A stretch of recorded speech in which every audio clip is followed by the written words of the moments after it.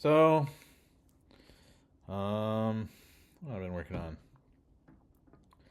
Working on Bubble Man. I think I was talking about this maybe the last time, but I created a full body of him in Illustrator. Um, so yeah, he debuted in 2019 when I wrote this one book about having superpowers, and he was kind of like he's I don't know, he's really funny because his face is so plain. It's like the classic smiley face. Um, his face. So, and his face is like his head's like a big bubble. And then he's adorned.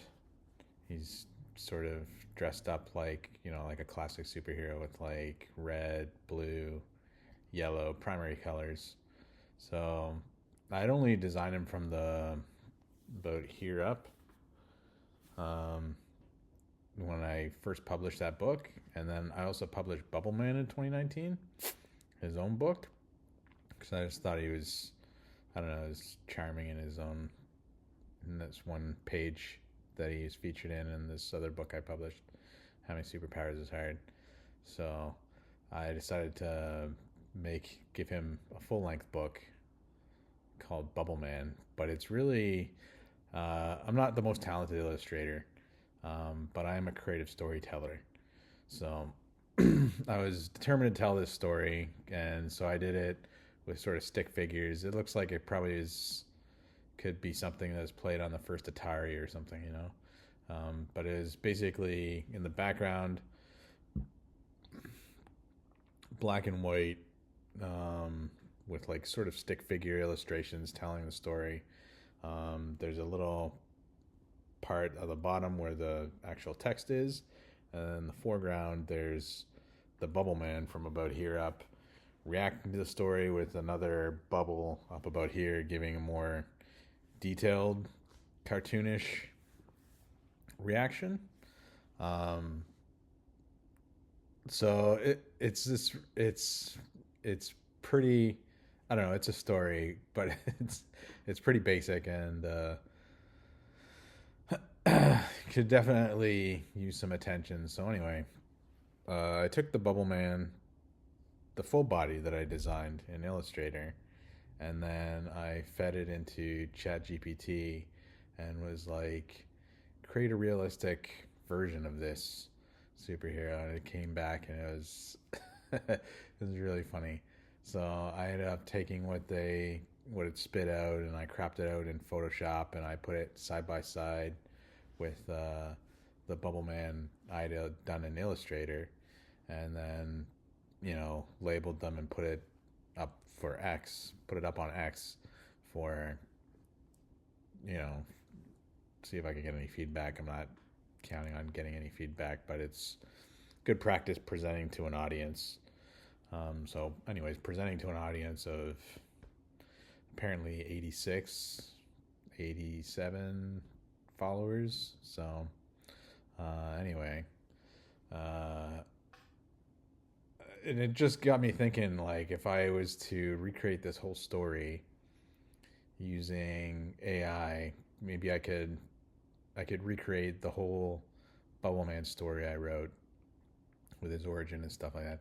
It's kind of funny because bubbles are just like it's self-aware that it's a pretty stupid concept, that it's the superhero that creates bubbles, and so he's like,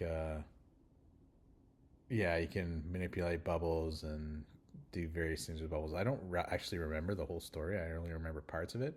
I haven't read it since 2019, when I published it, and then I read through it like, I don't know how many times I read through picture books that well, back then especially when I published, probably read like over 13 times or something, Um, but I remember one of his, like, I listed his villains, and then one of them's called the Prick, and it's just this guy with his head's like just a pin.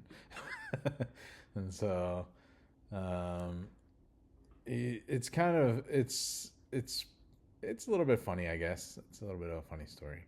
Um, so I'd like to recreate it and use AI to do the background part of what the story was, and then do the typography in Illustrator or something, or InDesign, and then include the foregrounded Illustrator version of the Bubble Man reacting to it. I have to, the Bubble Man book I originally published is sort of like the answer key for this problem to solve, of telling this story in a better way. So it would, I think if I was to publish a 2026, 2027 version of it, it would be a real hybrid work, where there's like AI, there's some stuff in Illustrator, and there's some stuff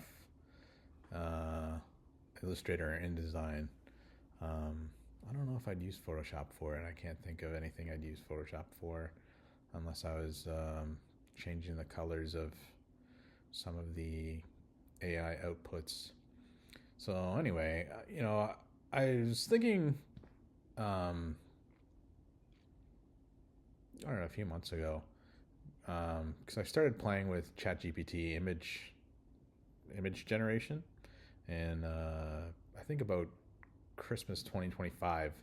Yeah, that's where I marked it on my Instagram, sort of marked my development of using AI for image generation. So I created like a Merry Christmas. I used a headshot that I got from the AdMarcom program. Then I used as my LinkedIn profile image. And then just was like, hey, can you dress this up to make it look like Christmas, and then have it say Merry Christmas? And so I spit out something, and it was my face. And so I was like, okay, I'll use this to mark when I started using image generation, AI. And so I've used it a bunch since, but I was thinking I should really maximize my use of image generation on, like, I should totally meet the limit. I think you get 5 free images a day on ChatGPT unless you sign up for the premium version, and so that's not in the budget, signing up for the premium version right now. I need the premium version of YouTube. I need the premium version of Spotify. But that's just not in the budget. So I'm thinking like a good goal would be to just max out, create 5 images a day and just bank them. They're good for memes and stuff, like on social media, and your imagination is the limit, really. I was like, what did I do? I've used it to depict Jesus doing stuff. He's doing Jesus making a face like, what the hell? And then also I made Jesus rolling in cash and rolling in riches and stuff like that. So I think that's, I'm like, oh wow, that's pretty cool that I can do that. And they're pretty good memes. I think there's I've read a lot about, especially in the design industry, about feelings towards AI, and I've started to identify some like graphic design that they've used AI to do, and I'm like, yeah, that's kind of messy. It's not really a threat to real graphic designers, I don't think. Not right now anyways. I mean, eventually it probably will be. But some of the stuff I've seen, like flyers and stuff, I'm like, it looks terrible. But I think it's good for making memes that you can share on social media. So as far as what I can use it for, it's like that, and then also making these picture books. I can hybrid sort of use it as AI. I'd rather pay an artist. I'd like to support that economy more than anything. It's just not, I just don't have the budget for it. So, if I got a real job, I'd put real money, invest in myself, owner's capital, and in accounting, I think is what they call it. All that money would go towards like getting real estate, because I want real estate of my own to live in someday. I'll probably take care of mom and dad for the rest of their life anyway. But I'd like to have some real estate to retreat to after, like a 2-bedroom townhouse or something. So there's no yard work, and so there's no shoveling the driveway really, and so you limit those costs, because like lawn care is just like, you have to weed it, you have to cut it, you have to seed it sometimes, you have to water it. I'm just like, oh man, that's it's just not practical or something for me. So I'd like to get a townhouse with 2 bedrooms and a really big master bedroom for sure. I like that idea, having a lot of space in a master bedroom for some reason. I don't know. Having a nice, really big bathroom there too, with like a really big shower. I like that idea. And then using the spare bedroom as like some sort of studio I can set it up for. I could even, if I'm going to do podcasts for some reason, I don't know why I do podcasts, but maybe I would do podcasts. I could set it up so it's got some original artwork of my own in the background and stuff. Yeah, that's kind of where my head at is with like AI and developing my business.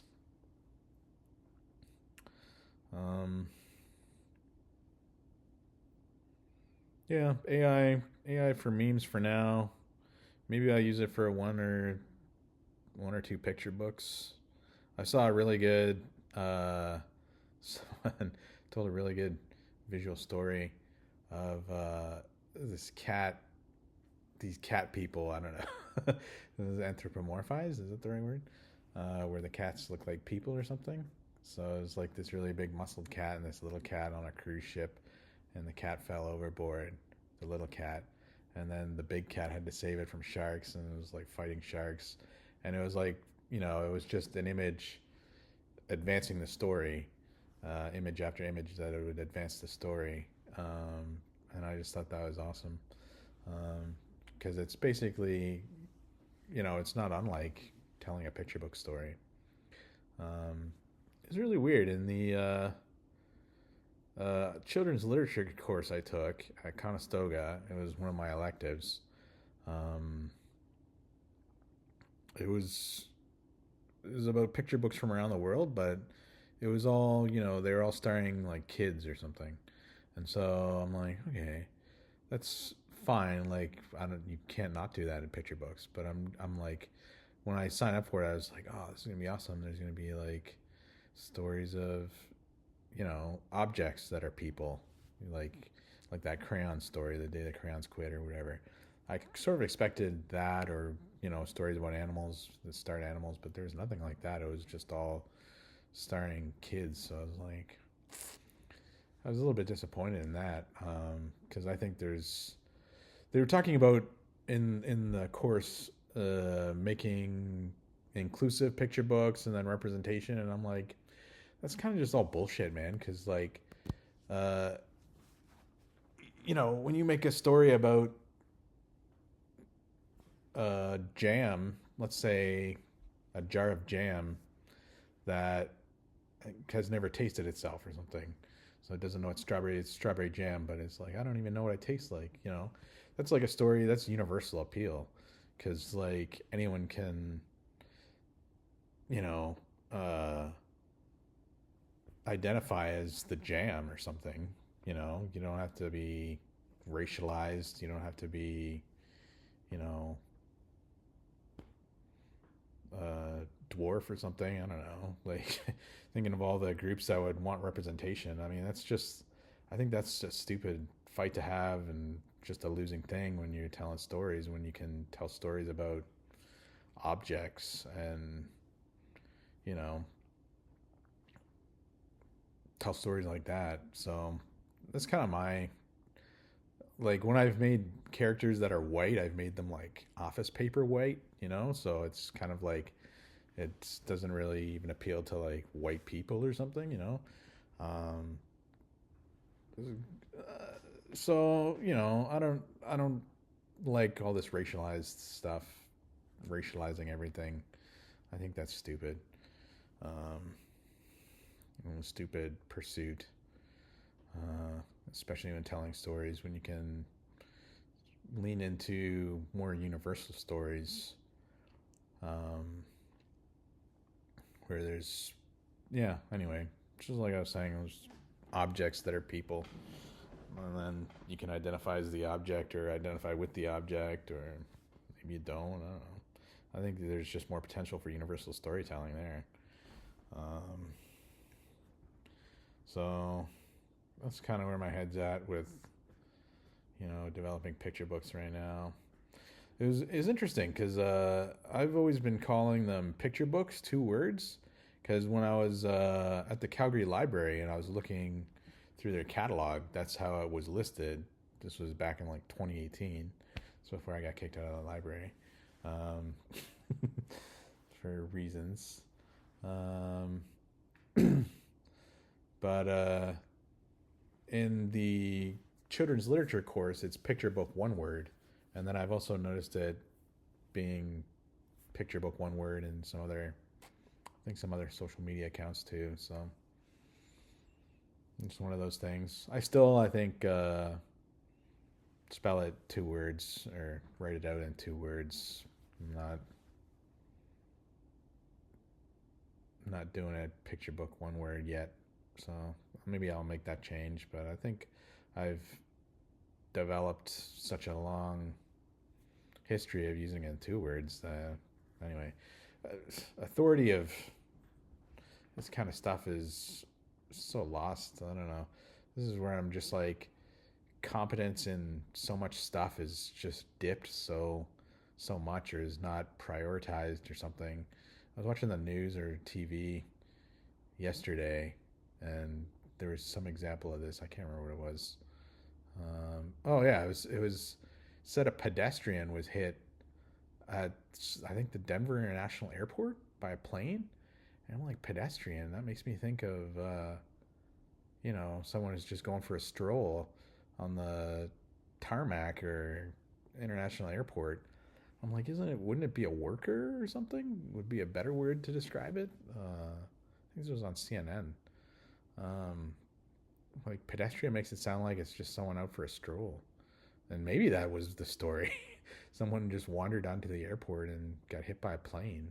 I don't know how you get hit by a plane when you're just walking. So I'm thinking it's someone who was working there and maybe had like earmuffs on or something, and I don't know how they missed a plane, but I don't know. I've seen some stories now. There's an Air Canada plane in New York that hit a truck, and I guess the truck didn't see the plane, so I don't know what the hell's going on with this kind of stuff.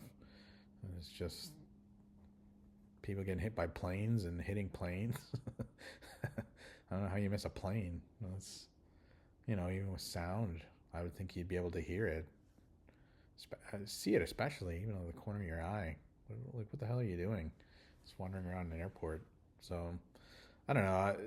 Storytelling in news or TV is just, I just noticed a couple things yesterday, and I was just like, that raises some questions, and you're supposed to be answering the questions. So, it was kind of annoying. And I don't know why I feel this way, but I just feel like competence is in storytelling and presenting is just not prioritized in grammar and things like that. So it it's like, okay, well, I've made some mistakes obviously in my communications with picture book being 2 words, but then I'm kind of like, I don't know if anyone's gonna care, because I think nobody cares anymore or something about stuff like that. I think the British used to care. They were sort of the people that cared about grammar and stuff. It probably matters in legal terms, if you're speaking legally, you know, if so long as people know what you're saying, can understand what you're saying, I guess that's fine. But there should be some standard adhered to and upheld. I feel like something to strive towards, at least. Some clear goal, some clear idea of the ideal way to communicate. So, I don't know. I think I'm coming up to my 22 minutes here. Anything else? Yeah. It's just where my head's at right now with my business. So, need money. Need money to make stuff happen. I have limits myself, and so I can work within those limits to tell stories and to create and to communicate and all this stuff and create products. But I'd like to be able to expand the businesses.